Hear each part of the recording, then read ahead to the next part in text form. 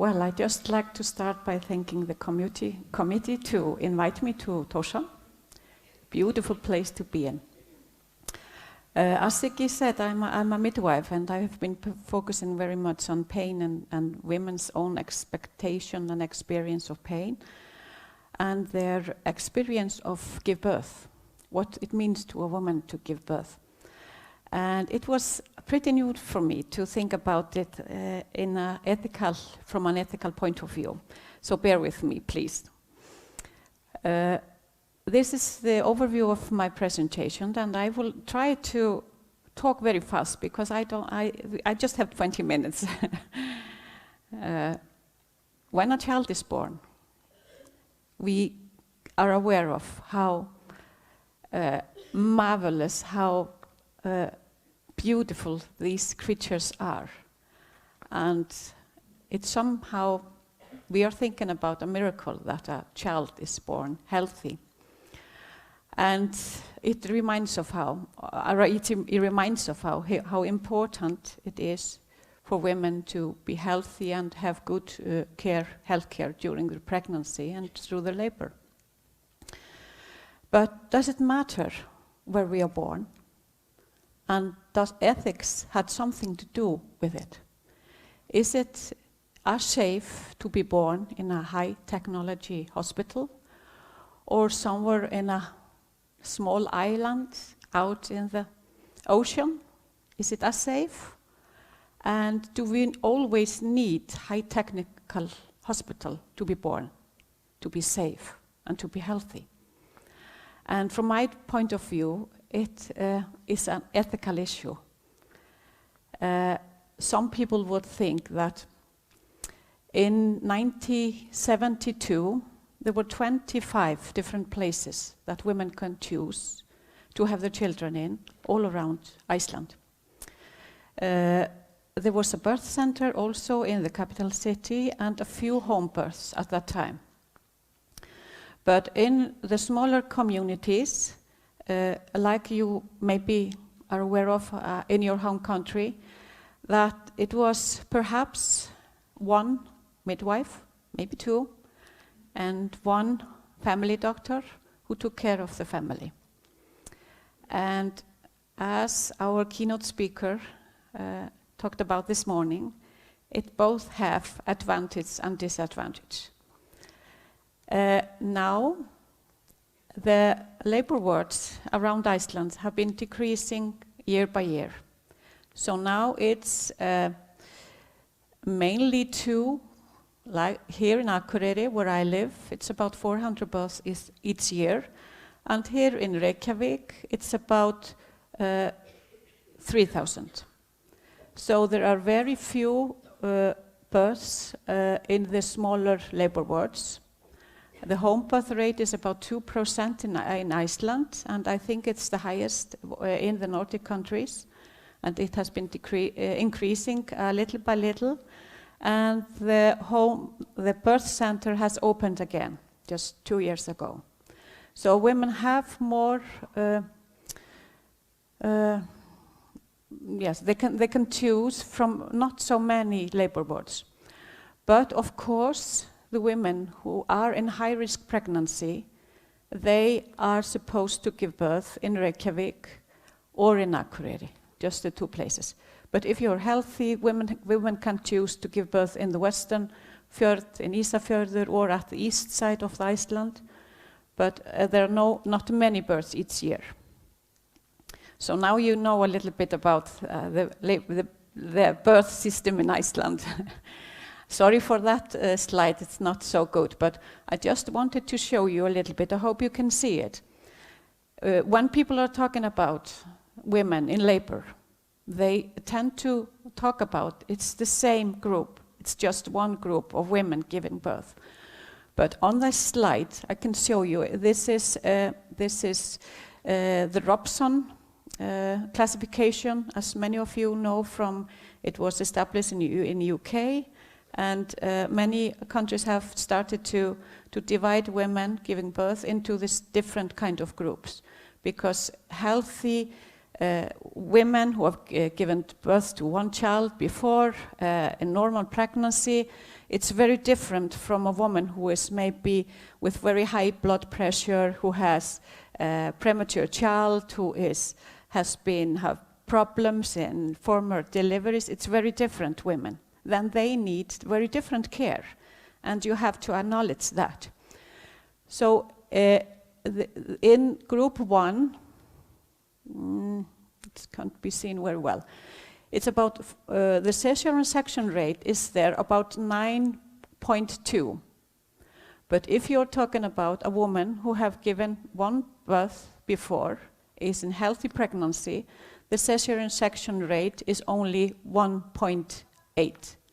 So it's very different between primipara and multipara. And if we are talking about women in group 5, which are women that have had C-section for the firstborn, the Cesarean section rate is about 63%. So it's very, very different and very long way from the healthy multipara that comes to give birth to the women who have had a Cesarean section before or have a breech presentation when the child is with the bottom. Yes. So it's not the same group, and very often people tend to talk like women giving birth are similar to each other. And they are not. We are very different because women are complicated, you know that.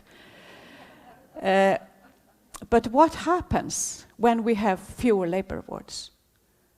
What have studies shown us? What has the development in other countries shown us? What happens when the labor wards start to close and close and close in smaller communities? There will be less continuity of care. There will be more induction of labor. In some countries, the increase in Cesarean section rate started to go up and up, and more negative experience of childbirth from the woman's point of view, and more. It's just I wanted to give you some examples. But do more interventions and more use of technology always means more safety? What do you think?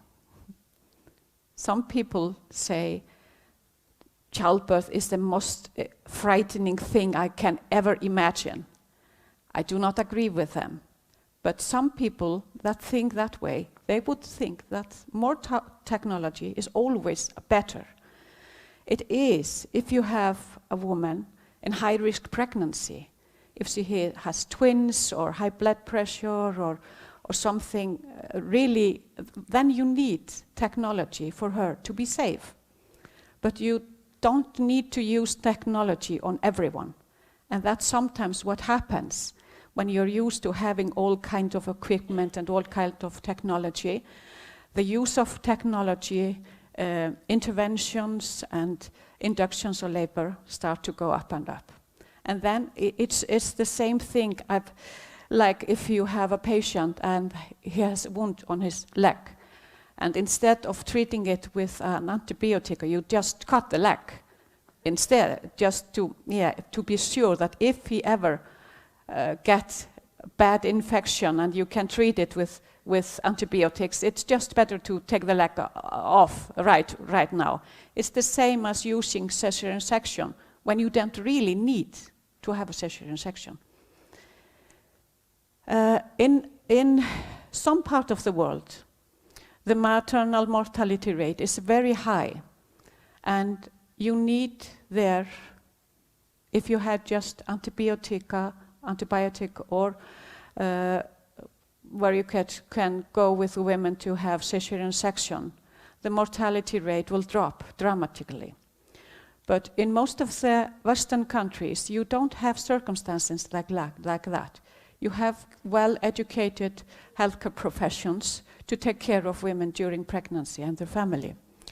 But on the other hand, what has been happening for the past few years, as you see there, the Cesarean section rate is very high in some countries. And the WHO have published that cesarean section rate up to 15 to 17% is the rate that increases the health of the mother and the child. If the cesarean section rate goes above that, it's not for the benefit of the mother and child. And still you can see that in many countries the cesarean section rate is much, much higher. And what has that to do with ethics? What are we doing when we have 15%, 45%, 36% cesarean section rate? What are we doing? Yeah, we are doing damage to mother and child's health. So I think that could be a big ethical issue, am I right? Yeah, I hope so.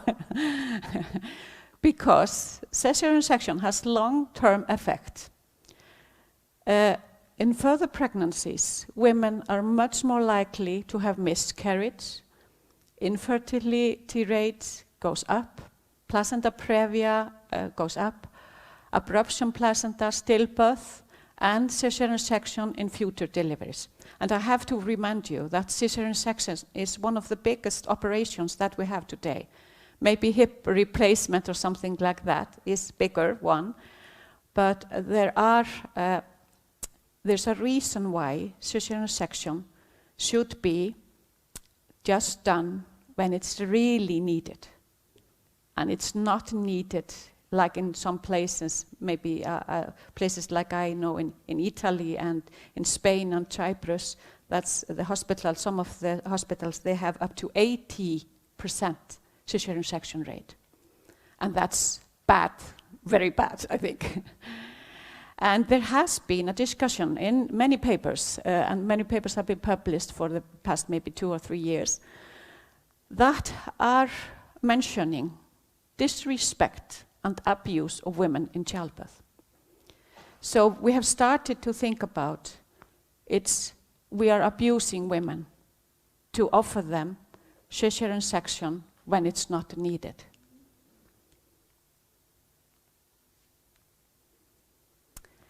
Because I think if the woman is, what should I say, in high-risk pregnancy, you need the medical paradigm to be number one. You have to be, so the women will be safe, she needs the medical paradigm to be the top priority. If she is healthy and she's in normal pregnancy, you have to take all the paradigms into account when you're planning the service. This is from my PhD, and I think there's a family, they're missing the family paradigm. I will add it in, but at that time I thought that was the thing that I should put forward. But in 2018, the WHO published guidelines who point at 56 evidence-based recommendations, and not only about the how to guidelines like green top guidelines like the UK published every year, but they are thinking about the more what effect pregnancy and labor have on the women and the family, and so they have published a recommendation. And if you're interested in that topic, I would recommend that you look at this recommendation. And one of the things that they stress there is the continuity of care and what effects that has on health. And here are some of the recommendations. They stress the continuity of care, respectful maternity care, effective communication, the companion of choice, and no routine interventions like amniocentesis or yes, you can read this. And also the time frame during the labor, Many hospitals, they have a higher cesarean section rate because they are always thinking about the time. You should have your children in 1 hour. If not, I will do a cesarean section. And the WHO have started to argue that because, as I said earlier, women are complicated. Some of us are quick to deliver our babies, and some of us, we need time. And it's not a reason, it's not a reason to threaten women when they are in delivery. You have to deliver your baby now. It's not working. The stress hormone just goes up, and the other hormones that we need during our labor, they go down. So it's not the right thing to do. And I also, when I was preparing for this presentation, I also looked at patient rights according to Icelandic law. And I guess you, in your own country, you have similar law that protects the patient, although most pregnant women are not patients. And they talk about general human rights and human dignity. They talk about confidentiality and relationship which must exist between patient and healthcare providers. And they also talk about the best healthcare service available. And they talk about the best available knowledge according to research. And they talk about patient may not be discriminated against gender. And some feminists have been arguing this very much, that in the healthcare system, women are not treated as men. I don't know, but I just wanted to point at this in the Icelandic patient rights law. It's also about the continuity of care. And I know I have just maybe 4 minutes left, but about the continuity of care, if I can ask you to stand up when I point at you. You are my family doctor, and I'm 12 weeks pregnant, and I come to visit you. Please stand up. You are my midwife. I come to you the first time I come for an appointment. And the next time I come, I meet you. And the next time I meet you, and you, and you, and I come for 8 visits during my pregnancy. 1, 2, 3, 4, 5, 6, 7, 8.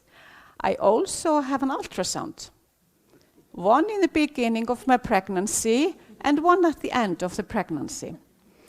And then I have a back pain, and I go to my physiotherapist once during the pregnancy. And when I got into labor, I meet you, midwife, and then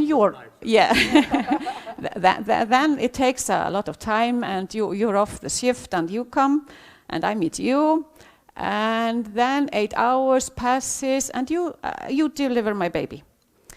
And I stay in the hospital for 2 days, and I meet you, and you, and you, and you, and you, all the time. And finally, I'm going home, and I meet you. And I'm supposed to trust each and every one of you for my life and for my child's life. Instead of, please sit down. Instead of, I live in a very small community, and I've known my midwife since I was very small child. Please stand up. And I remember that every time I met you, you have been very kind to me. You have looked at me in the eyes, you have smiled at me, and I think you are a wonderful person. So I go 8 times to visit you during my pregnancy, and I also have a family doctor. And he's a brilliant family doctor. I absolutely love him. And they treat me with respect during every visit. And that's the ideal. I know it's not every time that way. But this to me is continuity of care, because I'm healthy and I'm in a healthy pregnancy, and I can tell you about all my worries because I trust you, I know you. So that's what continuity of care. Of course it can be a little bit more people, but it's more difficult when you have a big group of people that you're supposed to trust from the beginning when you meet them. And if there's not continuity of care, what happens? If you have continuity of care, what happens? There's a strong evidence that says that higher vaginal birth rates, there's a lower interventions rate, lower resistant birth rate, lower preterm birth rate, lower rate of fetal loss, and more positive childbirth experience. And childbirth experience is so important for women and men. But what is happening in most countries? It's the opposite. Labor wards start to close down more year by year. And this, in some cases, I'm not saying all cases, but some cases this is what is happening. Women are giving birth in a petrol station. They have to drive for 2, 3, 4 hours, or go when they are 37, 38 weeks pregnant to another place, stay when they don't know anyone there, maybe distant relative or something, yes. And that's an actual example that I'm giving you. Women are giving birth in that circumstances, not just in Iceland, but all over the country. So I have one final question for you. I'm going to skip these. Are we offering continuity of service?